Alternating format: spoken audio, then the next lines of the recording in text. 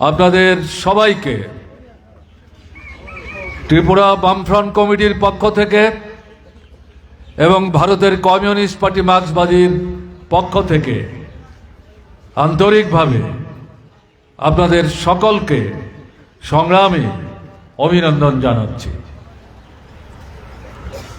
আপনারা শুনছিলেন আমার আগে চারজন বক্তা এই নির্বাচনের গুরুত্ব এবং তাৎপর্য, ত্রিপুরায় গত ৮ বছর যাবৎ প্রবাহমান যে পরিমণ্ডল তারা প্রত্যক্ষ করছেন, তার প্রেক্ষাপটে বামপন্থী ফ্রন্টকে জয়যুক্ত করার গুরুত্ব এবং তাৎপর্য আপনাদের সামনে তুলে ধরবার চেষ্টা করেছে। আমি আপনাদের সামনে যে কথা বলতে চাই, এখানে পুরনো মানুষ যেমন সবাই এসছেন বা দূর থেকে শুনছেন, আমি দেখতে পাচ্ছি যারা সবাই এসছেন তাদের মধ্যে নতুনদের একটা উল্লেখযোগ্য অংশ আছে। তাদের অতীত দীর্ঘ সময়ের না, স্বল্প সময়ের, এবং দূর থেকেও যারা শুনছেন তাদের মধ্যে এরকম কম বয়সের যুবকরা যুবতীরা আছে। আমি সবার কথা ভাবনায় রেখেই যে কথা দিয়ে আমার আলোচনা শুরু করতে চাইছি, ত্রিপুরা উপজাতি এলাকা স্বশাসিত জেলা পরিষদ এটা গঠনের মূল লক্ষ্য এবং উদ্দেশ্য কি ছিল? আমাদের যে সংবিধান 1950 সালে চালু হয়েছিল, তারই ভিত্তিতে একটা রাজ্যে, এবং আমাদের ত্রিপুরার কথা বলছি, লাগোয়া যে অঞ্চলগুলোতে উপজাতি অংশের মানুষ সংখ্যায় বেশি বসবাস করেন, তাদেরকে নিয়ে একটি স্বশাসনের প্রতিষ্ঠান গড়ে তুলতে হবে, স্বয়ং শাসনের প্রতিষ্ঠান গড়ে তুলতে হবে। ইংরেজিতে যাকে আমরা বলছি অটোনমাস সিস্টেম, এখানে যাতে চালু হয় তার ব্যবস্থা করতে হবে। কেন? এই এলাকাতে উপজাতি অংশের মানুষ তাদের অর্থনৈতিক, সামাজিক, রাজনৈতিক, শিক্ষা, সাংস্কৃতিক, কৃষি, ব্যবসায় বাণিজ্য থেকে শুরু করে সামগ্রিকভাবে তারা যাতে নিজের পায়ের উপর দাঁড়াতে পারেন, মেরুদণ্ড সোজা করে মাথা উঁচুতে রেখে মানুষের সম্মান নিয়ে মানুষের মতো যাতে তারা বাঁচতে পারেন, এরকম একটা পরিমণ্ডল এই এলাকার মধ্যে গড়ে তুলতে হবে। এবং সবচাইতে গুরুত্বপূর্ণ, শুধু উপজাতিদের ঐক্যবদ্ধ হলে চলবে না। এই জেলা পরিষদ এলাকায় অনুপজাতি অংশের যারা মানুষ আছেন সংখ্যায় তুলনামূলকভাবে, কারণ এলাকাটা তৈরি হবে সেই দৃষ্টিভঙ্গি নিয়ে, কিন্তু তারা যারা আছেন তাদেরকে নিয়ে উপজাতি, অনুপজাতি, হিন্দু, মুসলমান, বৌদ্ধ, খ্রিস্টান নির্বিশেষে তাদের মধ্যে একতা, সম্প্রীতি, ঐক্য, সংহতি গড়ে তুলতে হবে, সুদৃঢ় করতে হবে। সামগ্রিক এই দৃষ্টিভঙ্গির ভিত্তিতে জেলা পরিষদের অগ্রগতির মধ্য দিয়েই সমগ্র ত্রিপুরার অগ্রগতি সাধন করার জন্য ত্রিপুরার উপজাতি অনুপজাতি অংশের মানুষ তারা এগিয়ে যাবে। উপজাতিদের বাদ দিয়ে বাঙালি না, বাঙালিদের বাদ দিয়ে উপজাতি না। ত্রিপুরা সরকারকে বাদ দিয়ে জেলা পরিষদ না, স্বশাসিত জেলা পরিষদকে বাদ দিয়ে ত্রিপুরা সরকার না। এই যে দৃষ্টিভঙ্গি, এই দৃষ্টিভঙ্গি নিয়েই স্বশাসিত জেলা পরিষদ গঠন করার যে প্রয়াস। কিন্তু আপনাদের জানবার জন্য বলছি, বিশেষ করে যারা নতুন প্রজন্মের ছেলে মেয়ে, তাদের জানতে হবে, বুঝতে হবে, ত্রিপুরায় এই স্বশাসিত জেলা পরিষদ আপনা আপনি তৈরি হয়নি। কেন্দ্রে কংগ্রেস সরকার, রাজ্যে কংগ্রেস সরকার, সংবিধান 1950 সালে লাগু হয়েছে 26শে জানুয়ারি 49 সালে গৃহীত হয়েছিল। সেই সংবিধানের মধ্যে স্বশাসিত জেলা পরিষদ তৈরি করার ব্যবস্থা আছে। পঞ্চম তফসিলে, সপ্তম তফসিলে, ষষ্ঠ তফসিলে। এই ত্রিপুরার কংগ্রেস সরকারের দৃষ্টি আকর্ষণ করে উপজাতি অনুপজাতি উভয় অংশের নেতৃত্ব সম্মিলিতভাবে এই সরকারকে ত্রিপুরায় উপজাতি অংশের মানুষ একটা উল্লেখযোগ্য অংশের একটা সময়ে এই ত্রিপুরায় তারা সংখ্যাগরিষ্ঠ ছিলেন এবং এই রাজ্যে শত শত বছর রাজন্য শাসন ছিল এবং রাজারা ছিলেন প্রায় সবাই উপজাতি অংশের। কিন্তু অত্যন্ত দুর্ভাগ্যের, এই রাজ্যে রাজন্য শাসনের সময় থেকে সেই সময় পর্যন্ত উপজাতিরা সমাজে সবচাইতে পেছনে পড়া। তাই যেহেতু কেন্দ্র কংগ্রেস সরকার আছে, রাজ্য কংগ্রেস সরকার আছে, আপনাদের কাছে দাবি অবিলম্বে ত্রিপুরায়, সামগ্রিক ত্রিপুরা, বিশেষ করে উপজাতি অংশের মানুষের স্বার্থে জেলা পরিষদ তৈরি করো। রাজিরা কর্ণপাতই করেনি। এরকম পরিস্থিতিতে উপজাতি গণপতি পরিষদের প্রতিষ্ঠাতা সভাপতি কমরেড দশরথ দেব এবং তিনি ভারতের কমিউনিস্ট পার্টি মার্ক্সবাদী অন্যতম নেতৃত্ব, তাকে ত্রিপুরার গণতান্ত্রিক আন্দোলনের প্রবাদ প্রতিম ব্যক্তিত্ব বলে ত্রিপুরার মানুষ তারা মনে করেন। সেই সময় তিনি পার্লামেন্টের দুজনের মধ্যে অন্যতম সাংসদ, ভারতের কমিউনিস্ট পার্টি মার্ক্সবাদীর পক্ষ থেকে ত্রিপুরার মানুষ ভোট দিয়ে তাকে নির্বাচিত করে পাঠিয়েছেন।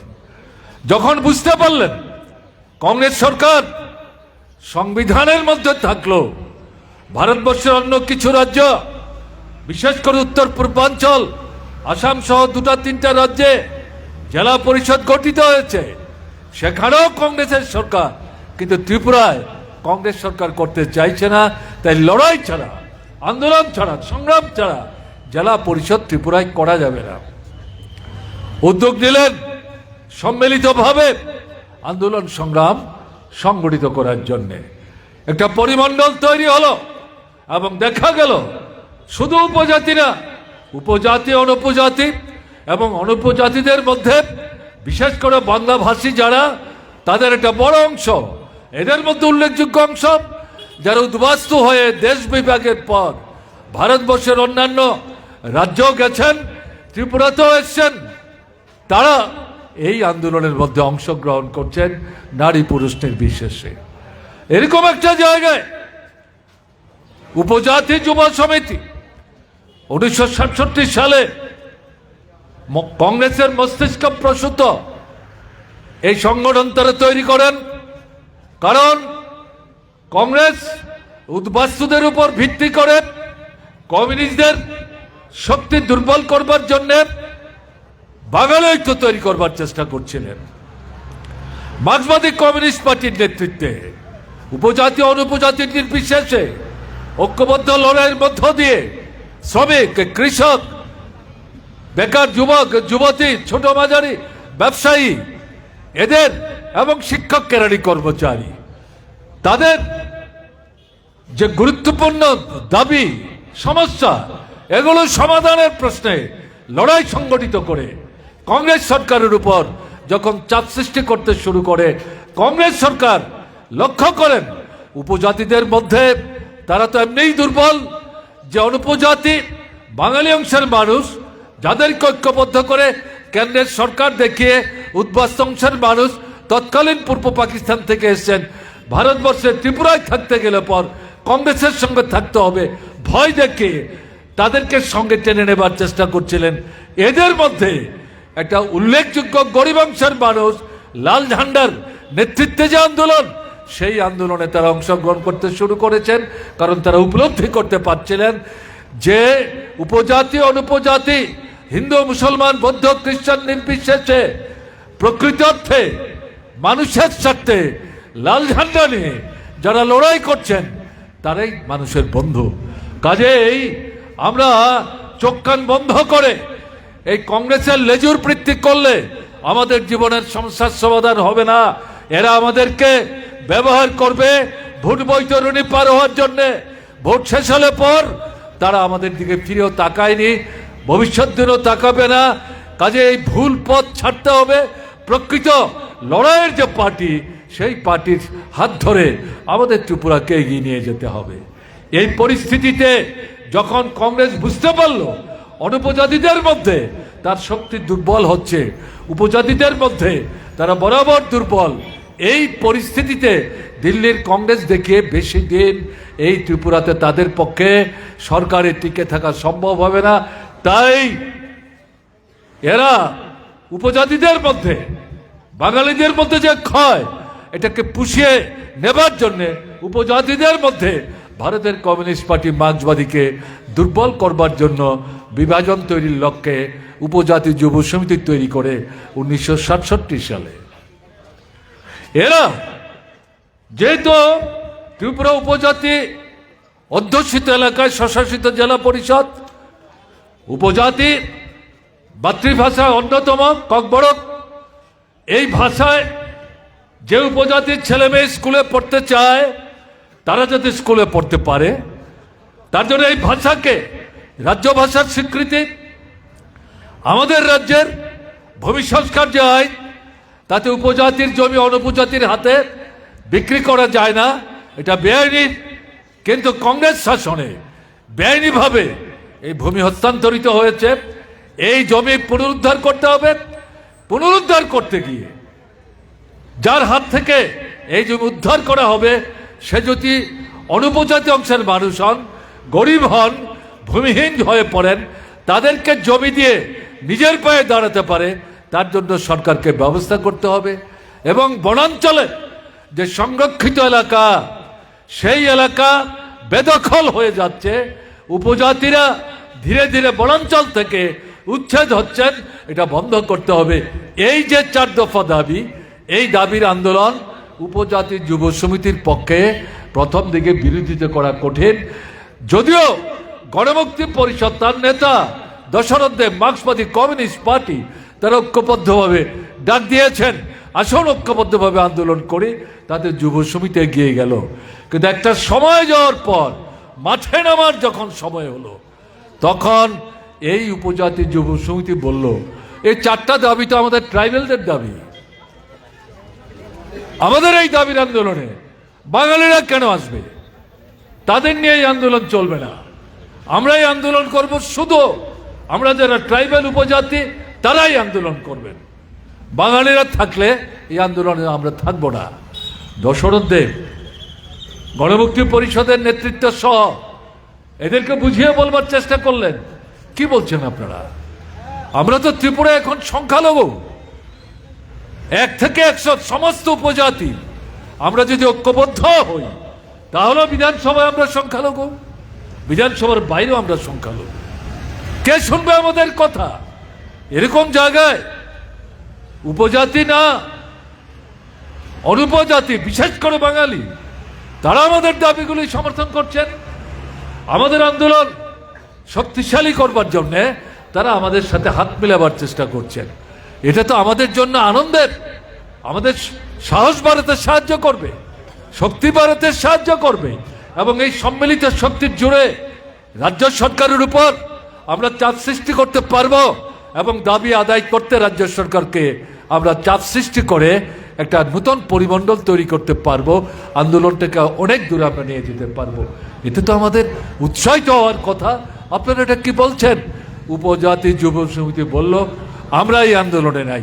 তার মানেই হচ্ছে কংগ্রেস এই সংগঠন তৈরি করেছিল পেছন থেকে, এদের ব্যবহারই করে হচ্ছিল যাতে এই 4 দফা দাবির আন্দোলন ঠিকভাবে সংগঠিত হতে না পারে। তাহলে কংগ্রেস সরকারের উপর চাপ পড়বে এবং এই দাবি আদায় হলে পর ত্রিপুরার গণতান্ত্রিক আন্দোলনের পরিমণ্ডল সম্পূর্ণ তার মৌলিক চেহারার মধ্যে পার্থক্য হয়ে যাবে। কাজে আন্দোলনটাকে ভেঙে দাও, ভণ্ডুল করো, এই জায়গায় তাদের সৃষ্ট উপজাতি যুব সমিতি তারা এই আন্দোলন থেকে নিজেদেরকে আলাদা করে নিলেন। এই ইতিহাস সবাই জানে না। শুধু আলাদা করে না, এরা সারা রাজ্যে ঘুরে ঘুরে মিটিং সংগঠিত করলো। তাদের সঙ্গে আরো 1-2টা পলিটিক্যাল পার্টি, তাদের নাম আমি নাই বা বললাম, তাদের একটা পার্টি এখন আমাদের সঙ্গে বামফ্রন্ট করে। এদের বক্তব্য বিকৃত বক্তব্য, বাঙালি বিদ্বেষী বক্তব্য, উপজাতি মানে অন্ধ ঐক্যের পক্ষে কথা উপস্থিত করে প্রকৃত আন্দোলনটাকে ধ্বংস করা। এরকম জায়গায় কমরেড দশরথ দেব উপজাতি গণমুক্তি পরিষদের সভাপতি হিসেবে গণতান্ত্রিক কনভেনশন আহ্বান করলেন আগরতলায়। শিশু উদ্যান, চিলড্রেন্স পার্ক, তাতে তখন একটা হল ছিল, এটাকে কমিউনিটি হল বলে, আমরা তখন কলেজে পড়ি। আগরতলায় তখন বড় বড় সভা সমাবেশ সম্মেলন ইত্যাদি করার জন্য এরকম কোনো হল নাই, ওই কমিউনিটি হল। সেই হলে আহ্বান করলেন এবং উপজাতি অনুপজাতি সমস্ত অংশের যে গণতান্ত্রিক সংগঠন, তাদের যারা নেতৃত্ব প্রতিনিধি, তারা এই কনভেনশনে সম্মেলনে উপস্থিত হলেন। এই ঘরে প্রায় 400 থেকে 450 মানুষের স্থান, সমস্ত ঘর ভর্তি। দশরথ দেব এই কনভেনশন সম্মেলনের উদ্দেশ্যকে ব্যাখ্যা করে বললেন। 4 দফা দাবি উদ্যোগ গ্রহণ করেছিলেন, যুব সমিতির বিরোধিতা করেছে, বেরিয়ে গিয়ে রাজ্যেরা সর্বত্র ঘুরে ঘুরে বিকৃত বক্তব্য উপস্থিত করে আন্দোলনটাকে ধ্বংস করার চেষ্টা করছে গণমুক্তি পরিষদ।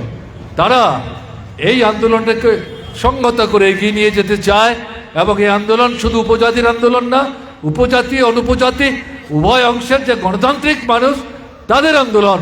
সেদিক থেকে যারা এই কনফারেন্সে উপস্থিত হয়েছিলেন তাদের কাছে আবেদন করলেন, আপনাদের কাছে আমরা অনুরোধ করছি, আপনারা আমাদেরকে সমর্থন করুন, এগিয়ে আসুন, সাহায্য করুন এই আন্দোলনটাকে যাতে আমরা শক্তিশালী করতে পারি। আপনাদের যদি কিছু পরামর্শ থাকে আমাদের এই আন্দোলন সম্পর্কে, আপনারা সেই পরামর্শ এখানে রাখতে পারেন। একে একে ডাকলেন সমস্ত সংগঠনের নেতৃত্বকে। প্রত্যেকটা সংগঠনের নেতৃত্ব মঞ্চে দাঁড়িয়ে দুহাত তুলে এই 4 দফা দাবিকে সমর্থন করলেন এবং যে আন্দোলন সামনের দিনে তারা এগিয়ে নিয়ে যেতে চান, আগাম সেই আন্দোলনের প্রতি তাদের সহমত ব্যক্ত করে তাদের সংগঠনের শক্তিকে সে আন্দোলনের মঞ্চে সমাবেত করার প্রতিশ্রুতি দিলেন। এই প্রেক্ষাপটে সেখানে দশরথ দেবের উদ্যোগে একটা ঐক্যবদ্ধ গণমঞ্চ তৈরি হয়। শুধু গণমুক্তি পরিষদ না, এরকম প্রায় 20 থেকে 25টা গণতান্ত্রিক সংগঠন, ছাত্র, যুবক, মহিলা, শিক্ষক, কেরানি কর্মচারী, কৃষক এবং শ্রমিক, তখনও ক্ষেতমজুরি ইউনিয়ন তৈরি হয়নি, তফসিলি জাতি সমন্বয় সমিতি তৈরি হয়নি। এগুলো পরে বামফ্রন্ট সরকার আসার পর সেখানে আজকে শ্রমিক সিআইটিওর লাল ঝান্ডা নিয়ে যারা সংগঠিত 42 থেকে 46টা, এতগুলো সংগঠন তখন ছিল না, 15 থেকে 16টা, তাদের নেতৃত্ব ছিলেন। সবাইকে নিয়ে একটা ঐক্যমঞ্চ তৈরি হলো এবং তারা বসে ঠিক করলেন এই যে উপজাতি যুব সমিতি আর 1-2টা সংগঠনকে সঙ্গে নিয়ে বিকৃত বক্তব্য প্রচার করে আন্দোলনটাকে দুর্বল করার চেষ্টা করছে, পরোক্ষে কংগ্রেস সরকারকে সাহায্য করছে যারা উপজাতিদের এই দাবি কার্যকরী না হয়। এদের বিরুদ্ধে মানুষের কাছে আমাদের বক্তব্য প্রচার করতে হবে, আমাদেরও সভা সমাবেশ সংগঠিত করতে হবে। একদিকে নৃপেন চক্রবর্তী বেরোলেন, আরেকদিকে দশরথ দেব বেরোলেন, যুব আন্দোলনের নেতা অনিল সরকার একদিকে নিবেন চক্রবর্তীর সঙ্গে, আমি ছাত্র আন্দোলনের কর্মী ছিলাম, আমাকে দশরথ দেবের সঙ্গে যেতে বললেন। যেখানে যেখানে তারা মিটিং করছেন আমাদেরকেও সেখানে কথা বলার সুযোগ দিলেন। অন্যান্য যে গণতান্ত্রিক সংগঠন যারা এই সংগঠনের মঞ্চে তারা সমবেত হলেন, যেখানেই তাদের নেতৃত্ব গেছেন তারাও সেখানে কথাবার্তা বললেন। ব্যাপক প্রচারের পর উপজাতি যুব সমিতি জনবিচ্ছিন্ন হয়ে পড়ল। তাদের ডাকা মিটিংয়ের মানুষ যায় না, তারা মিটিং ডাকার সাহস হারিয়ে ফেললো, আর তারা মিটিং করে না। এর প্রেক্ষাপটে দাঁড়িয়ে এই যে মঞ্চ, তারা বসে সিদ্ধান্ত করলেন রাজ্য সরকার তো আমাদের কথা শুনছে না, বারবার বলছি, তাহলে আরো বৃহত্তর আন্দোলন। সে আন্দোলন কি? সারা রাজ্যে আইন অমান্য আন্দোলন হবে। সেই আইন অমান্য আন্দোলন মহকুমায় মহকুমায়, ব্লকে ব্লকে, যেখানে ব্লক নাই সেখানে রাজ্য সরকারের কোনো না কোনো দপ্তর, সেই দপ্তরের সামনে আইন অমান্য হবে শান্তিপূর্ণভাবে, মারদাঙ্গা না। বাঙালি উপজাতির নির্বিশেষে সেই আইন অমান্য আন্দোলন সংগঠিত হল। জোলাইবাড়ি অবিভক্ত তৎকালীন বিলোনিয়া মহকুমা, সারা ত্রিপুরার 10টা মহকুমার মধ্যে অন্যতম। তারা সেই জুলাইবাড়িতে কয়েক শত মানুষ উপজাতি বাঙালি নির্বিশেষে শান্তিপূর্ণভাবে গ্রাম থেকে মিছিল করে বেরিয়েছেন, সরকারি দপ্তরে যাবেন। সেই সময়ে সুখময় সেনগুপ্ত ছিলেন ত্রিপুরার মুখ্যমন্ত্রী, কংগ্রেস নেতা। তার পুলিশ গুলি ছুড়ল, ধনঞ্জয় ত্রিপুরা বুক এফুর উফুর করে দিল ওই গুলি, লুটিয়ে পড়লেন রাজপথে, রক্তাক্ত হল রাজপথ। ধনঞ্জয় ত্রিপুরা শহীদের মৃত্যুবরণ করলেন। আমরা এখনো সেই দিনটি স্মরণে রেখে ধনঞ্জয় ত্রিপুরার স্মৃতির প্রতি শ্রদ্ধা প্রদর্শন করি। 4 দফার মধ্যে আমি উল্লেখ করেছি ককবরক ভাষার দাবি, বিশেষ করে 4 দফার পাশাপাশি এই যে ককবরক ভাষাকে রাজ্য ভাষার স্বীকৃতি, এটাকে সামনে এনে আমরা এটা বলবার চেষ্টা করি। বর্তমান সময়ে ধনঞ্জয় ত্রিপুরা এই ত্রিপুরার ভাষা আন্দোলনের অন্যতম শহীদ, তার স্মৃতির প্রতি শ্রদ্ধা নিবেদন করি। আপনারাও করেন বিভিন্ন জায়গায় বিভিন্নভাবে। এই আন্দোলন শেষ হলো, তার পরবর্তী সময়ে পরবর্তী পর্যায়ের আন্দোলনের যখন প্রস্তুতি চলছে, তখন দেখা গেল 75-এর 26শে জুন মধ্যরাত্রিতে শ্রীমতী ইন্দিরা গান্ধী প্রধানমন্ত্রী ভারতবর্ষের জরুরি অবস্থা জারি করলেন। তখন তো আন্দোলন করা যায় না, সারা ভারতবর্ষে আন্দোলন বন্ধ। ত্রিপুরা তো আমাদের পক্ষে আন্দোলন করা খুব কঠিন, অফিসই খোলা যাচ্ছে না। আমাদের এমএলএ যারা নিপেন চক্রবর্তী থেকে শুরু করে এদেরকে জেলখানায় বন্দী করলো, ত্রিপুরার জেল থেকে বের করে দক্ষিণ ভারতের জেলে নিয়ে গেল। আমাদের পার্টি নেতৃত্বের একটা অংশ, তাদেরকে গ্রেপ্তার করে জেলবন্দি করলো, ত্রিপুরার জেলখানায় রাখলো না, তাদেরকে আসামের জেলখানায় নিয়ে গেল। এই পরিস্থিতিতে আমাদের ত্রিপুরার পার্টি নেতৃত্বের একটা অংশকে যাতে কারাগারে বন্দি করতে না পারে, তার থেকে আত্মরক্ষা করবার জন্য আত্মগোপনে গেছেন। পার্টিটিকে তো রক্ষা করতে হবে, এর মধ্যে তো প্রতিবাদ আন্দোলন সংগঠিত করতে হবে। সেই সময় তারা সেইভাবে আত্মগোপনে গিয়ে পার্টিটাকে রক্ষা করার চেষ্টা করলেন। 77 সালে সারা ভারতবর্ষের মানুষের ক্ষোভ, আন্তর্জাতিক ক্ষেত্রে ইন্দিরা গান্ধী সহ ভারত সরকার, কংগ্রেস সরকার সম্পর্কে মানুষের একটা ধারণা, নেতিবাচক ধারণা তৈরি হয়েছে।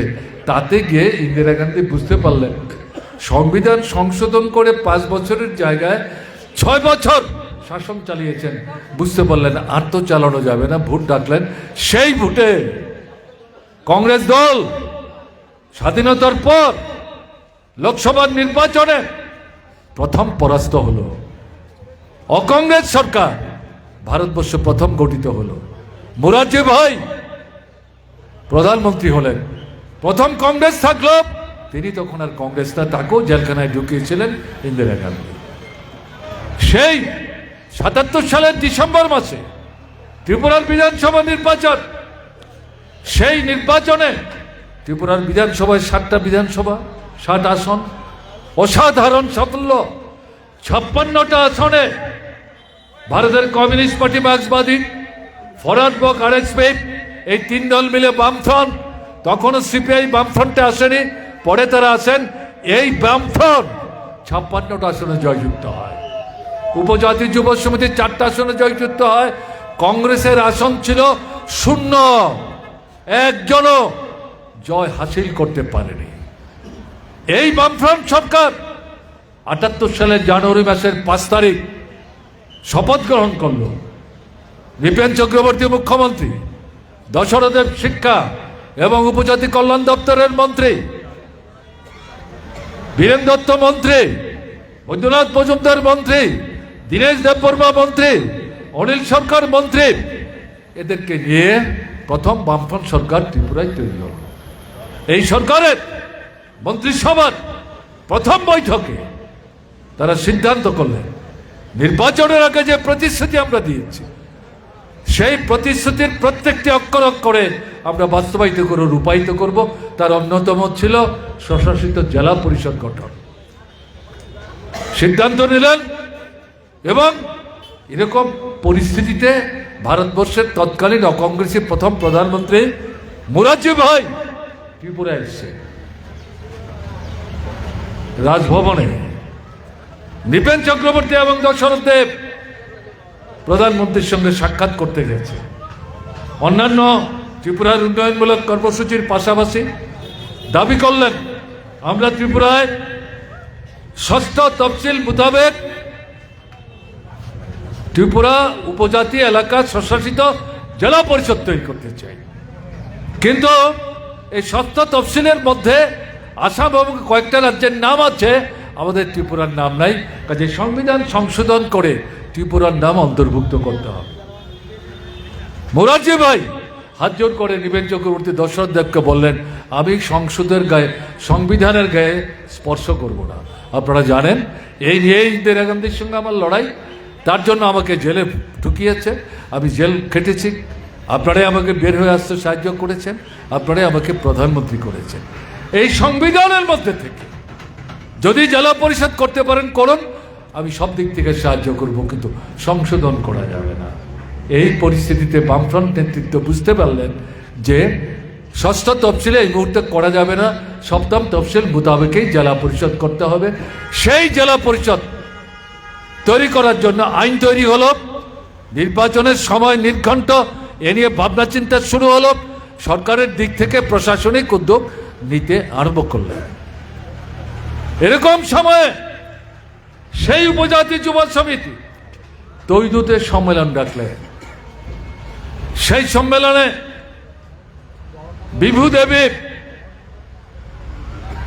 তিনি মহারানী কিরিট বিক্রম কৃষকের স্ত্রী, দ্বিতীয় স্ত্রী, তাকে অন্যতম অতিথি, বিশেষ করে প্রধান অতিথি হিসেবে সেখানে নিয়ে যান।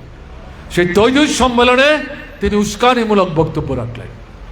আমি জম্মুদ্বীপের রানী, কোথাকার কোন জম্মুদ্বীপ, তার কি করে রানী, তিনি কোত্থেকে হলেন আমরা জানি না, আজও জানি না, তিনিও ব্যাখ্যা করে বলেন না।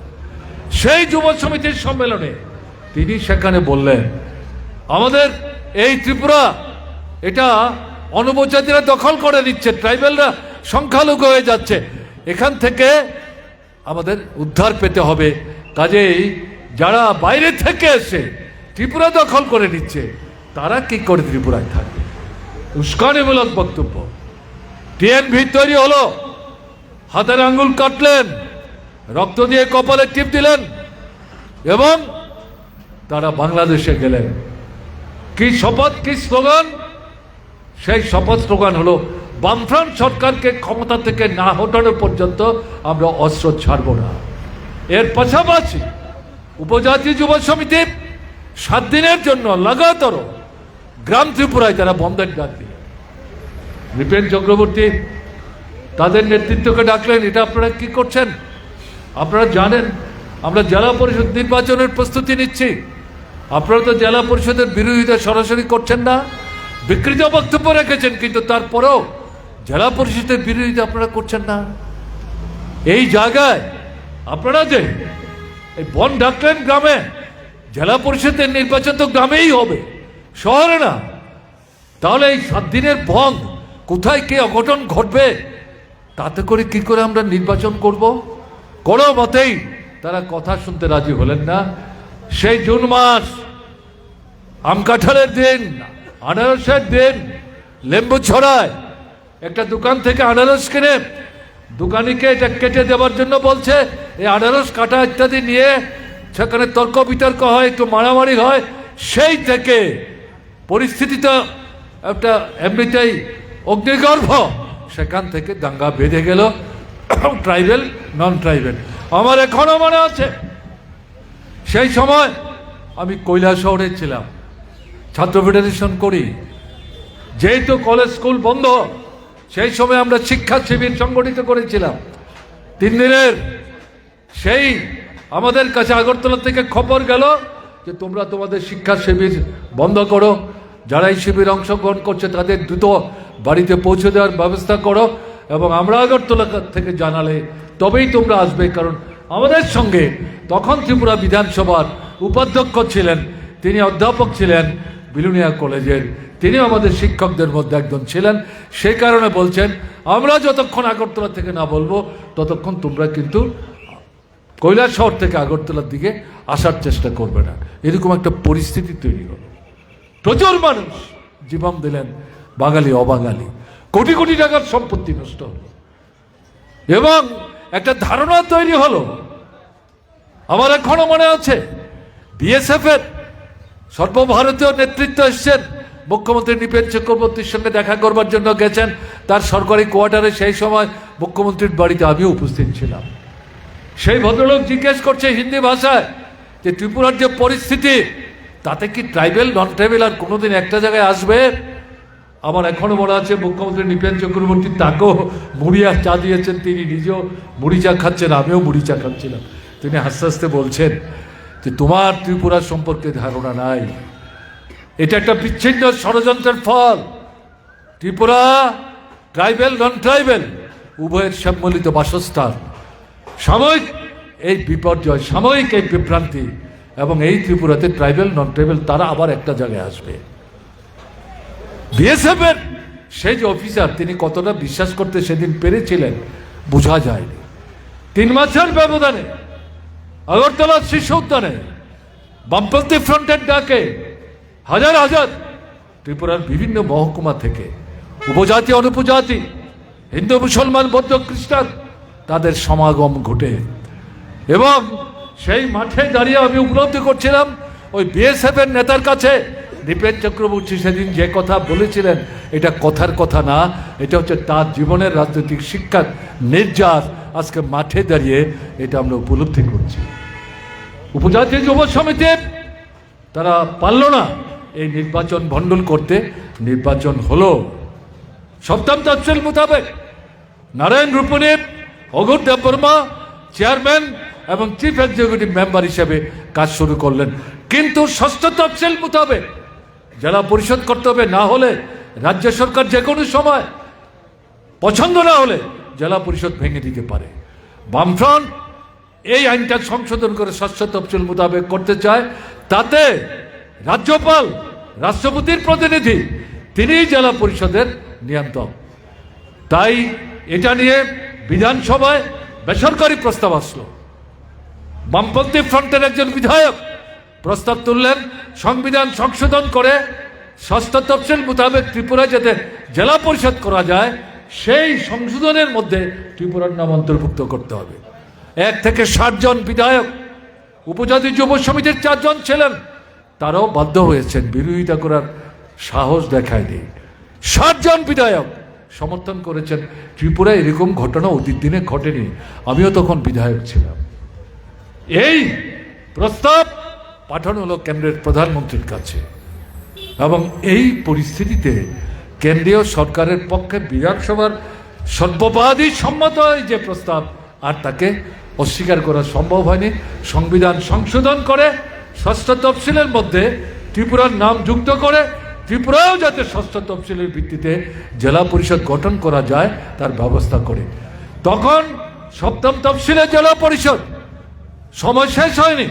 এরকম পরিস্থিতিতে 6ষ্ঠ তফসিল যখন সংশোধিত হলো, বামফ্রন্ট সরকার সিদ্ধান্ত নিয়ে এই 7ম তফসিল মোতাবেক জেলা পরিষদকে স্থগিত করে 6ষ্ঠ তফসিল মোতাবেক জেলা পরিষদের নির্বাচন, সেই নির্বাচনও ত্রিপুরার মানুষ বামপন্থী ফ্রন্টকেই ভোট দিয়ে জয়যুক্ত করে ওই নারায়ণ রূপেণী এবং অগুরদেব বর্মা তাদের নেতৃত্বেই এই জেলা পরিষদ ষষ্ঠ তফসিল মোতাবেকে কাজ করতে শুরু করে। এবং আমি যে কথা দিয়ে শুরু করেছিলাম, কেন ষষ্ঠ তফসিল, তার যে মূল বক্তব্য, সেই বক্তব্যকে সামনে রেখে একদিকে বামফ্রন্ট সরকার, আরেকদিকে বামপন্থী ফ্রন্টের নেতৃত্বে পরিচালিত স্বশাসিত জেলা পরিষদ হাত ধরাধরি করে সামগ্রিকভাবে জেলা পরিষদের উন্নয়নের জন্য তারা সেখানে ঝাঁপিয়ে পড়ার চেষ্টা করলেন। রাস্তাঘাট, জল, কল, স্কুল, হাসপাতাল, বিদ্যুৎ, সেচ, বাজার, হাট, এই সমস্ত কিছু, ভূমিহীনদের জমি, গৃহহীনদের ঘরের ব্যবস্থা করা, এই সমস্ত কিছু এই উভয় শক্তির সম্মিলিত প্রয়াসের মধ্য দিয়ে সেখানে অগ্রসর হতে থাকলো। জেলা পরিষদ স্বয়ংশাসিত, কিন্তু তারা যখন বামফ্রন্ট সরকারের সঙ্গে কথা বলতো, বামফ্রন্ট সরকার তাদেরকে অত্যন্ত গুরুত্ব দিতেন।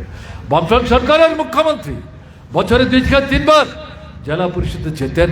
জেলা পরিষদের যারা কার্যকারক তাদের নিয়ে, তাদের যে বড় বড় অফিসার, রাজ্য সরকারের চিফ সেক্রেটারি, রাজ্য সরকারের আপনার অর্থ দপ্তরের সচিব, রাজ্য সরকারের যিনি উপজাতি কল্যাণ দপ্তরের মন্ত্রী, এদেরকে নিয়ে সেখানে মিটিং করতেন, শুনতেন। জেলা পরিষদের লোকরা যে বিষয়গুলি দ্রুত কার্যকরী করা দরকার তুলতেন, ওখানেই বসে যেগুলি রূপায়ণ করা যায় সেখানেই মুখ্যমন্ত্রী ঘোষণা দিতে বলতেন এগুলো রূপায়িত হবে। যে বিষয়গুলি চট করে সিদ্ধান্ত নেওয়া যায় না, বলতেন একটু আমাদের সময় দিন, আমাদের ফিরে যেতে দিন, আমরা একটু পরীক্ষা করে দেখি, যদি দেখা যায় এটা করতে আইনত কোনো সমস্যা নাই তাহলে আমরা এটার পক্ষে মত দেব, টাকা লাগবে ব্যবস্থা আমরা করব, একটু সময় লাগবে। ফিরে গিয়ে এগুলো পরীক্ষা করে যেগুলি গ্রহণ করা যায় গ্রহণ করে জেলা পরিষদকে জানিয়ে অর্থ দিয়ে সাহায্য করতেন। এইভাবে একটা নয়া পরিমণ্ডল তৈরি হলো। কিন্তু পরবর্তী সময়ে কংগ্রেস যুব সমিতি সন্ত্রাসবাদীদের কাঁধে চেপে ষড়যন্ত্র করে বামফ্রন্ট সরকারকে উচ্ছেদ করলো।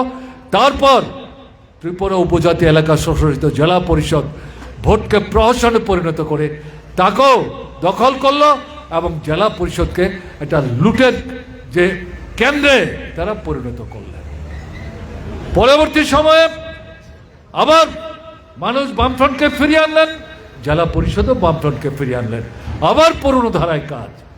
এই সময়ে সন্ত্রাসবাদীদের সাহায্য করবার জন্য এগিয়ে আসলো তৎকালীন ত্রিপুরার আসাম রাইফেলের ব্যাটালিয়নের অন্যতম ব্রিগেডিয়ার মিস্টার পানোয়ার।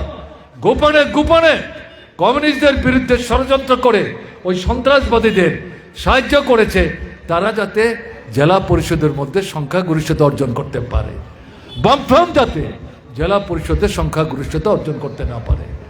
এবং তাই হলো অল্প কয়েকটা আসনের ব্যবধানে ওই সন্ত্রাসবাদীরা সংখ্যাগরিষ্ঠতা অর্জন করলেন।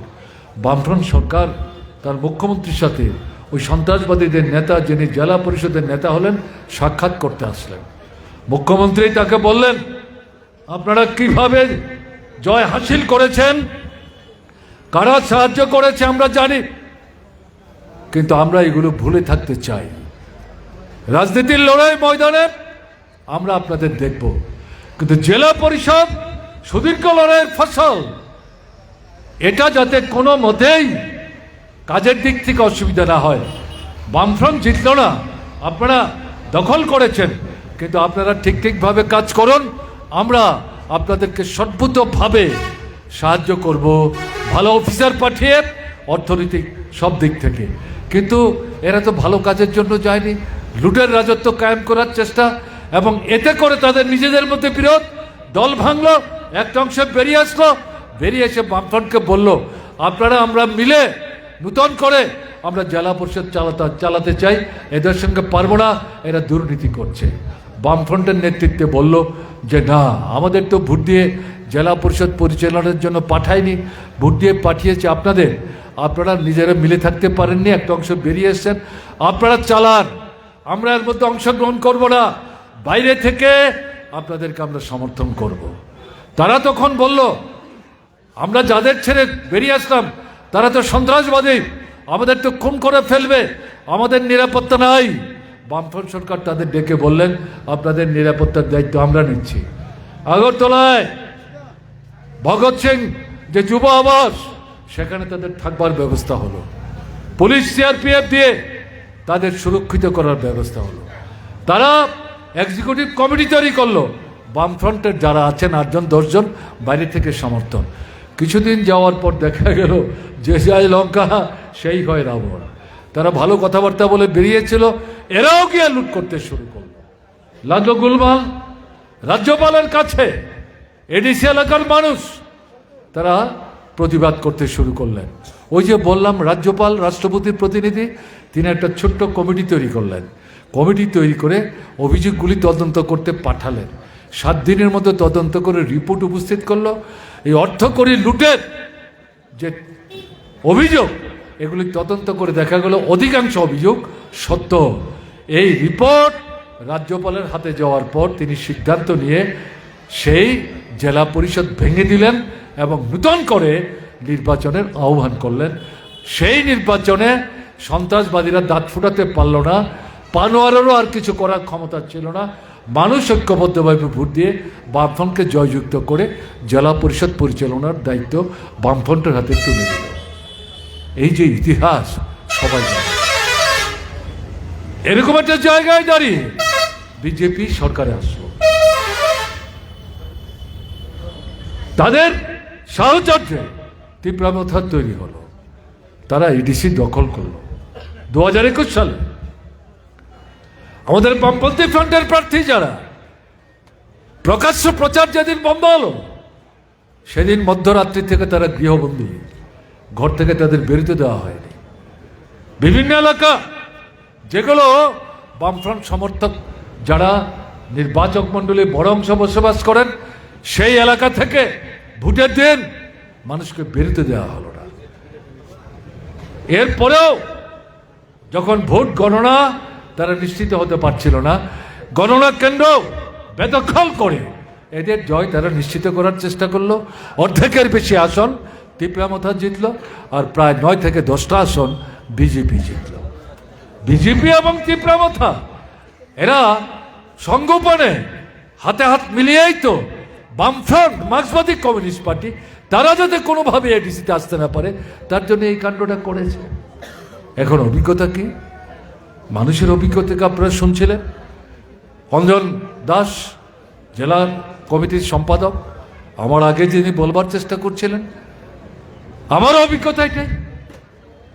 এখন এই ভোটে আমাদের প্রার্থীদের নাম যখন প্রচার করা হলো, মনোনয়নপত্র দাখিল করে তারা যখন বাড়িতে বাড়িতে যেতে আরম্ভ করেছে, গতবার যারা বাড়ির দরজা বন্ধ করে রাখতেন, বাড়িতে ঢুকতে দিতেন না, কথা শুনতেন না, ভোটার স্লিপ হাতে নিতেন না, তাদের বড় অংশ দরজায় দাঁড়িয়ে ডেকে বাড়িতে নিয়ে যাচ্ছে। আমাদের কোনো প্রার্থী কোনো বাড়ি না গিয়ে অন্য বাড়িতে যাচ্ছেন, সেই বাড়ির লোক বেরিয়ে তাদের ডেকে আনছেন। কি ব্যাপার, গতবার ভোট দেয়নি, আমাদের বিজেপি মনে করছো, তীব্রামথা মনে করছো, আমরা ভুল করেছি, আমাদের অবিশ্বাস করো না, আসো চা খাও, বিস্কিট খাও। পকেট থেকে টাকা বের করে দিয়ে বলছেন, আমরা জানি বামফ্রন্ট তোমাদের টাকা পয়সা নাই, এদের মতো টাকার রমরমরা তোমরা দেখাতে পারবে না, কিন্তু ভোট করতে তো কিছু পয়সা লাগে, আমাদের সামর্থ্য মতো তোমাদের কিছু টাকা দিলাম। এরকম ঘটনা ঘটছে। কারণটা কি? কারণ এই এডিসি আর তো কয়েকদিন মাত্র তার মেয়াদ, কোনো কাজ করেনি। ভোটের আগে প্রতিশ্রুতির ফানস আকাশের চাঁদ পেরে হাতে দেওয়ার মতো, প্রতিশ্রুতিতে কিছু বাদ নাই। রাজপুত্র বলছেন কাজে সব কার্যকরী করবেন। এখন কি দেখছেন মানুষ? একটা প্রতিশ্রুতি রূপায়ণ করেনি। রাস্তাঘাট, জল, কল, স্কুল, হাসপাতাল, বিদ্যুৎ সেচ শুনছিলেন আপনারা। আমাদের ডিওএফ এর সম্পাদক, তার আগে টিওএফ এর সম্পাদক, কর্পোরেট বাংলায় এবং ডিওএফ এর সম্পাদক বাংলা ভাষায় সঠিকভাবে তথ্যগুলি উপস্থিত করার চেষ্টা করছেন সময় বাঁচাবার জন্য। সেগুলি আমি দ্বিরুক্তিয়ার করছি না। কোনো কাজ নেই, লুণ্ঠনের রাজত্ব চলছে। বেতন পাচ্ছে না, এই মাস আর কয়েকদিন পর ভোট। গত পরশুদিন আমি আগরতলায় পত্রিকা পড়ছিলাম, আগরতলা থেকে 17টা 18টা পত্রিকা বেরোয়, অধিকাংশ পত্রিকার খবর মাসের 3 তারিখ এডিসি সরকারি কর্মচারী এখনো বেতন পায়নি। মাসের 3 তারিখ 4 তারিখ এডিসিতে যারা চাকরি করতেন, চাকরি থেকে অব্যাহতি নিয়েছেন, তারা পেনশনের টাকা পাচ্ছেন না, অর্থনৈতিক যে সুযোগ সুবিধা পাওয়ার কথা টাকা পাচ্ছেন না। এরা আগেই মামলা করেছিলেন, হাইকোর্ট রাজি আছে। রাজ্য সরকারের দৃষ্টি আকর্ষণ করে, এডিসির দৃষ্টি আকর্ষণ করে, যেদিন থেকে তারা চাকরি থেকে অব্যাহতি নিয়েছেন সেদিন থেকে আজ অবধি মাস ভিত্তিক পেনশনের যে টাকা তাদের পাওয়ার কথা হিসেব করে একসাথে, এবং পেনশনে গেলে পর কতগুলি বিশেষ অর্থনৈতিক সুযোগ তারা পান, সবটা তা একসাথে করে তাদেরকে অমুক তারিখের মধ্যে দিতে হবে। যেহেতু মাসের পর মাস তাদের টাকা তোমরা দাওনি, কাজে এই যে জমা টাকা শতকরা হারে 9 টাকা করে সুদ হিসাব করে সুদে আসলে তাদেরকে এই টাকা দিতে হবে। কে বলছে? ত্রিপুরা হাইকোর্ট বলছে। লজ্জা আছে বিজেপি সরকারের? লজ্জা আছে ত্রিপুরা মাথার? লজ্জা নেই। কাজে এই পরিস্থিতির মধ্যে দাঁড়িয়ে আজকে সারা এডিসি এলাকার মানুষ এই দুর্বিষহ যন্ত্রণাকর লুটের রাজত্ব থেকে তারা রেহাই পেতে চায়। বিজেপি ইদানিং এদেরকে বলছেন এরা লুটেরা। এ তো সুই আর চালনের ঝগড়ার মতো, কে কার ছিদ্র খুঁজবার চেষ্টা করছেন। আপনারা সরকার, আপনারা ভালো কাজ করছেন, কাজ নাই, রোজগার নাই,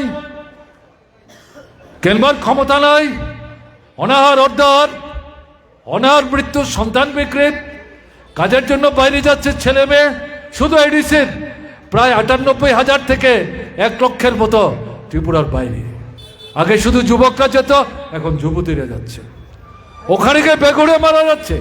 8-10 হাজার টাকা বেতন, ঘর ভাড়া, নিজের খাওয়া, তার থেকে পয়সা বাঁচলে বাড়িতে কোথায় পয়সা বাঁচবে?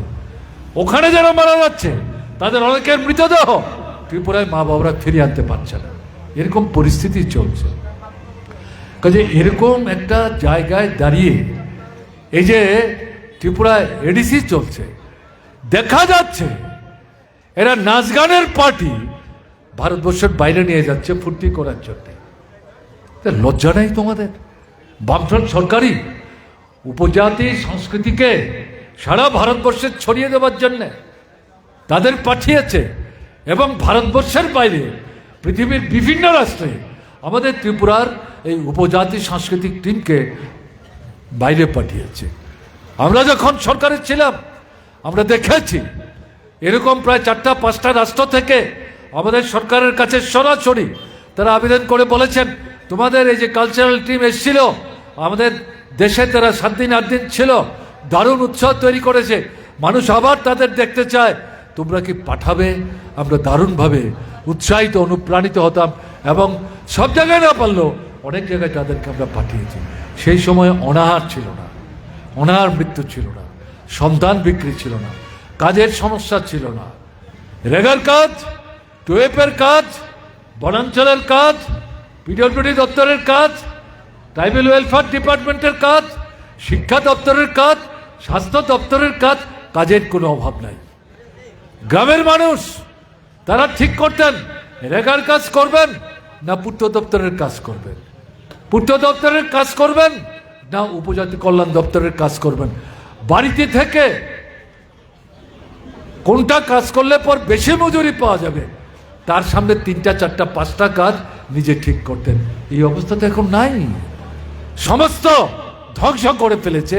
একদিকে উপজাতি আপনার বিজেপির নেতৃত্বে সরকার, আরেকদিকে হচ্ছে ত্রিপুরা মাথার নেতৃত্বে এডিসি। কাজে এই পরিস্থিতি থেকে ত্রিপুরাকে উদ্ধার করতে হবে, বের করে আনতে হবে। তার জন্যে সারা ত্রিপুরাতে আমরা লক্ষ্য করছি মানুষের মধ্যে একটা প্রাণ ও চাঞ্চল্য সেখানে সৃষ্টি হয়েছে। আমরা যেটা বলতে চাইছি বামপন্থী ফ্রন্টের পক্ষ থেকে, কি চাই এডিসিতে আমরা যে ভোট চাইছি, কেন চাইছি? খুব বেশি প্রতিশ্রুতির বহর নিয়ে আমরা উপস্থিত হতে চাইছি। প্রথম কথা কি, এটা জনমুখী, মানব কল্যাণকর, বিশেষ করে যাদের অর্থনৈতিক সমস্যা আছে তাদের কথা প্রাধান্য গুরুত্ব দিয়ে কাজ করার মতো এডিসি এলাকাতে একটা প্রশাসন তৈরি করতে হবে। তার জন্য যারা জিতবেন তারা যত এরকম মনোভাবাপন্ন হন, বিজেপি জিতলে এরকম মনোভাবাপন্ন হবে না, এবং তীব্রমতা তো করছেই না, এটা তো পরিষ্কার। এই কারণে এখানটাতে পাঠাতে হবে, শক্তিশালী করতে হবে বামপন্থী ফ্রন্টকে। এবং এই জায়গায় আমরা যেটা বলছি, কাজের সুযোগ চাই, মজুরি বাড়াতে হবে, এবং কাজ শেষ হওয়ার পর সঙ্গে সঙ্গে মজুরি তাদের হাতে তুলে দিতে হবে। মাসের পর মাস তাদের যাতে অপেক্ষা করতে না হয় তা নিশ্চিত করতে হবে। অনাহারে যাতে কেউ না মারা যায়, বিনা কাজে কেউ যাতে না মারা যায়, রাজ্য ছাড়তে যাতে তারা বাধ্য না হয়, এই পরিস্থিতি পরিমণ্ডল তৈরি করতে হবে। আর কি একটা স্বচ্ছ প্রশাসন, দুর্নীতিমুক্ত প্রশাসন, যেটা শেষ করে ফেলেছে যেমন সরকার তেমন এডিসি। যেহেতু এডিসি নির্বাচন, কাজে এই নির্বাচনের মধ্য দিয়ে এরকম একটা স্বচ্ছ দুর্নীতিমুক্ত প্রশাসন তৈরি করতে হবে। সর্বোপরি উপজাতি, অনুপজাতি, হিন্দু, মুসলমান, বৌদ্ধ, খ্রিস্টান সমস্ত অংশ ঐক্যবদ্ধভাবে যে জেলা পরিষদ তৈরি করেছে, নতুন নির্বাচনের মধ্য দিয়ে যে জেলা পরিষদ আপনারা তৈরি করবেন, নির্বাচক মণ্ডলীর উদ্দেশ্যে বামপন্থী ফ্রন্টের আবেদন, সেই দৃষ্টিভঙ্গি সম্পন্ন যারা, তাদেরকে জয়যুক্ত করে পাঠাতে হবে, যারা সমস্ত অংশের মানুষের ঐক্য সংহতিকে সুদৃঢ় করে জেলা পরিষদকে এগিয়ে নিয়ে যেতে পারে। এবং এই জেলা পরিষদের ইতিবাচক এই যে কর্ম উদ্যোগ, একে রূপায়ণের মধ্য দিয়ে ত্রিপুরার পরিস্থিতির মধ্যে গুণগত মৌলিক পরিবর্তন আনার জন্যে সামনের দিনে ত্রিপুরার গণতান্ত্রিক আন্দোলনের মধ্যে এটা নূতন জোয়ার সৃষ্টি করার জন্যে ভূমিকা নিতে হবে। অভিজ্ঞতা কি? অভিজ্ঞতা জেলা পরিষদ তৈরি হওয়ার পর থেকে এই সময়ের মধ্যে কি দেখলেন? বামফ্রন্টকে দেখেছেন, কংগ্রেস যুব সমিতিকে দেখেছেন, সন্ত্রাসবাদীদের দেখেছেন, ত্রিপুরা মথাকে দেখেছেন। জেলা পরিষদ এলাকায় সাধারণ মানুষের অভিজ্ঞতা, চোখ কান বন্ধ করে বলছেন, আপনাদের নতুন করে বলতে হবে না, আমাদের অভিজ্ঞতার ভিত্তিতে বুঝতে পারছি বামফ্রন্টের কোনো বিকল্প নাই। অন্য কাউকে ভোট দিয়ে জেলা পরিষদে পাঠালে আমাদের দিকে কেউ মুখ ফিরিয়েও দেখবে না। কাজে আমরা বামপন্থী ফ্রন্টের পক্ষে, অভিজ্ঞতার নিরিখে বলছি। এটা রাজ্য সরকারের ক্ষেত্র এখন মানুষ বলতে শুরু করেছে। তো আমরা যেটা বলছি, জেলা পরিষদের নির্বাচন, এই লড়াইয়ে বামপন্থী ফ্রন্টের হাত শক্তিশালী করে যাতে জেলা পরিষদ একটা গুরুত্বপূর্ণ ইতিবাচক ভূমিকা নিতে পারে, যেটা গোটা ত্রিপুরার যে অস্বাভাবিক স্বৈরাচারী, এটা ফেসিবাদী রাজত্ব কায়েম করে মানুষকে দাবিয়ে রেখে অত্যাচার এবং লুণ্ঠনের যে ব্যবস্থাটা তারা চালু রাখার চেষ্টা করে, এটাকেও যাতে উচ্ছেদ করে একটা নূতন পরিমণ্ডল তৈরি করা যায়, সেই সংগ্রামটাকে বিকশিত করার জন্যে জেলা পরিষদে এই পরিস্থিতিটার মধ্যে পরিবর্তন আনতে হবে। ভোট দিতে যেতে হবে। অনেকেই জিজ্ঞেস করেন, ভোটটা আপনাদের দেব, আপনাদের কাছে ব্যাখ্যা চাইব না, কেন ভোট দেব? আমরা জানি কেন ভোট দেব, কিন্তু আমরা কি ভোট দিতে পারবো? গতবার তো ভোট দিতে পারেনি। 2018 বিধানসভা নির্বাচনের পর থেকে বিজেপি সরকার আসার পর পঞ্চায়েত, নগর পঞ্চায়েত, বিধানসভা, লোকসভা, আবার বিধানসভা এবং বিধানসভার উপনির্বাচন, সমস্ত নির্বাচনে যারা নির্বাচক তাদের উল্লেখযোগ্য অংশে স্বাধীনভাবে ভোট দেওয়ার অধিকার তারা হরণ করে নিয়েছে। পছন্দের প্রার্থীকে তারা ভোট দিতে পারেননি, বাড়িতে ঢুকতে দেয়নি, বুথকেন্দ্রে ঢুকতে দেয়নি, বাড়ি থেকে বেরোতে দেয়নি। এই পরিস্থিতিতে আপনাদের কাছে যেটা আমাদের আবেদন থাকবে, দারুণ মিটিং আপনারা করছেন, যেভাবে শুনছেন আমি নিজে অনুপ্রাণিত বোধ করছি। এটাই ইতিবাচক দৃষ্টান্ত সেদিক থেকে বলছি, শুধু প্রশ্ন করে জবাব পেলে চলবে না। আসল কাজটা হচ্ছে ভোটের দিন দল বেঁধে, একা না, বিচ্ছিন্নভাবে না, বুথ কেন্দ্রে যাবেন। রাস্তায় যদি কেউ বাধা দেওয়ার চেষ্টা করে, চোখে চোখ রাখবেন, মুখে মুখ রাখবেন, কোমরে হাত দিয়ে জিজ্ঞেস করবেন, কে তোমরা, কোন অধিকার, কেন আমাদের ভোটের অধিকার তোমরা হরণ করতে চাইছো? মাঠের ফসল লুট করেছো, পুকুরের মাছ লুট করেছো, হাঁস মুরগি লুট করেছো, বাজারের ছোট্ট একটা দোকান চা পান সেটা পর্যন্ত বন্ধ করে দিয়েছ, অটোরিকশা নিয়ে বেরোতে দিচ্ছ না। এটা কি চলছে? এখন ভোটের অধিকারও হরণ করবে? করেছ তো 18-র পর থেকে। কি লাভ হয়েছে? তুমি যে আমাদের বাধা দিচ্ছ, তোমার কি লাভ? তুমি তো মাসলম্যান, তাদের গুন্ডা পান্ডা হিসাবে আমাদের মাথা ফাটাবার জন্যে জোর করে আমাদের ভোটের অধিকার হরণ করে আমাদের ভোট তোমরা ঢুকিয়ে দিচ্ছ। ভোটের পর তোমাদের দিকে তারা ফিরে তাকায়? তাকায় না তো। নিজের বিবেককে জিজ্ঞেস করো। কোমরে হাত দিয়ে আপনি যদি চোখ রাগিয়ে এ কথা বলতে পারেন, দেখবেন 10 জনের মধ্যে 7 জন মাথা নুয়ে মুখ নিচু করে ঘুরে যাবে, আর কথা বলবে না। এই দৃঢ়তা বলিষ্ঠতা যদি আপনি দেখাতে না পারেন, বাধা দিলে চলে আসলাম, এ তো চলবে না। তাহলে যে পরিবর্তন চান, অস্তিত্ব রক্ষার জন্য, মানুষ হিসেবে বেঁচে থাকবার জন্য, সম্মান নিয়ে, সেই অধিকার কিন্তু আপনি বাস্তবায়িত করতে পারবেন না। ভোট দিতে যাবেন, আপনার গ্রামের যারা ভোট দিতে গেলেন একসাথে, সর্বশেষ ভোটার ভোট না দেওয়া পর্যন্ত আপনার ভোট হয়ে গেলে ফিরে আসবেন না। মহিলারা, বয়স্করা, তাদের পাঠিয়ে দিন। আপনাদের মধ্যে যারা কম বয়সী, মাঝারি বয়সী, অপেক্ষা করুন, মাঠে বসে থাকুন, গাছের তলায় অপেক্ষা করুন। সর্বশেষ ভোটার ভোট দেওয়ার পর তাকে একসাথে করে নিয়ে দল বেঁধে বাড়িতে ফিরে আসুন। 12 তারিখ ভোট, 17 তারিখ গণা। এভাবে যদি ভোট দিতে পারেন, তারা বুঝতে পারবে উলট পালট হয়ে যাচ্ছে। কাজে এরা কিন্তু গোলমাল করার চেষ্টা করবে ভোট গণনা কেন্দ্রে। কাজে ভোটের দিন যেভাবে দল বেঁধে ভোট দিতে গেছেন, সেসব দিক থেকে ভোট দিয়ে এসছেন, গণার দিনও গণা শুরু করার আগে গণনা কেন্দ্রে এভাবে দলবদ্ধ অবস্থায় বসতে হবে। ভেতরে সাহসী যারা, তাদেরকে ভোট গুনতে পাঠাতে হবে। গোলমাল করার চেষ্টা করলে পর ভেতরেই সেখানে বাধা দিতে হবে, প্রতিরোধ করতে হবে। বাইরে থেকে আপনারা অপেক্ষা করবেন। ভোট গোনা শেষ হলে পর জয়ের ফসল হাতে নিয়ে বাড়িতে ফিরবেন। পরিমণ্ডল কিন্তু এরকম, এই জায়গায় ভূমিকা নিতে হবে আপনাদের। অনেকক্ষণ যাব, আমার আগে 4 জনের বক্তৃতা শুনেছে। 4টা পর্যন্ত আমাদের মিটিং আছে, আরো 10 মিনিট। আমি আর সময় নেব না। ইতিহাস বললাম, নতুন যারা, কম বয়সী যারা, তারা জানতো না কি করে এডিসি তৈরি হলো, কাদের লড়াই। এখন বিকৃতভাবে উপস্থিত করার চেষ্টা করছে বামফ্রন্ট সরকার নাকি এডিসির বিরুদ্ধে ছিল, তারা নাকি কোনো আন্দোলন করেনি। তা আন্দোলন আপনারা করেছেন, তীব্রমথা বিজেপি। সেই সময় যে আন্দোলন, তখন তো ত্রিপুরায় বিজেপি ছিল না। জনসংঘ পার্লামেন্ট ভোটের সময় দাঁড়াতেন এবং জমা টাকা বাতিল হতো, আর বিধানসভা ভোটের 2-4টা জায়গায় দাঁড়াতেন। তীব্রমথা তো তৈরি হয়নি, তৈরি হয়েছে সেদিন। এখন যারা নেতৃত্ব করছেন তারা কংগ্রেস করতেন, তারা বিরোধিতা করেছে, এটা ঠিক।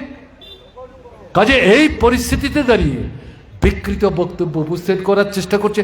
তাই আমার মনে হয়েছে একটু সময় বেশি লাগলেও নতুন যারা এবং পুরনোদের মধ্যে যারা অতীত ইতিহাস এত ঘাটাঘাটি করেন না, তারাও বিভ্রান্ত হচ্ছেন। তাদের দৃষ্টিতে প্রকৃত ইতিহাস তুলে ধরবার জন্য একটু সময় নিয়ে আমি কথাগুলো বললাম। একটি কথাও তৈরি করা কল্পিত না, এবং এটা যদি আমি বলার চেষ্টা করি আরও 1 ঘন্টা বলা যাবে। আমি এই সময় দিতে চাইছি না।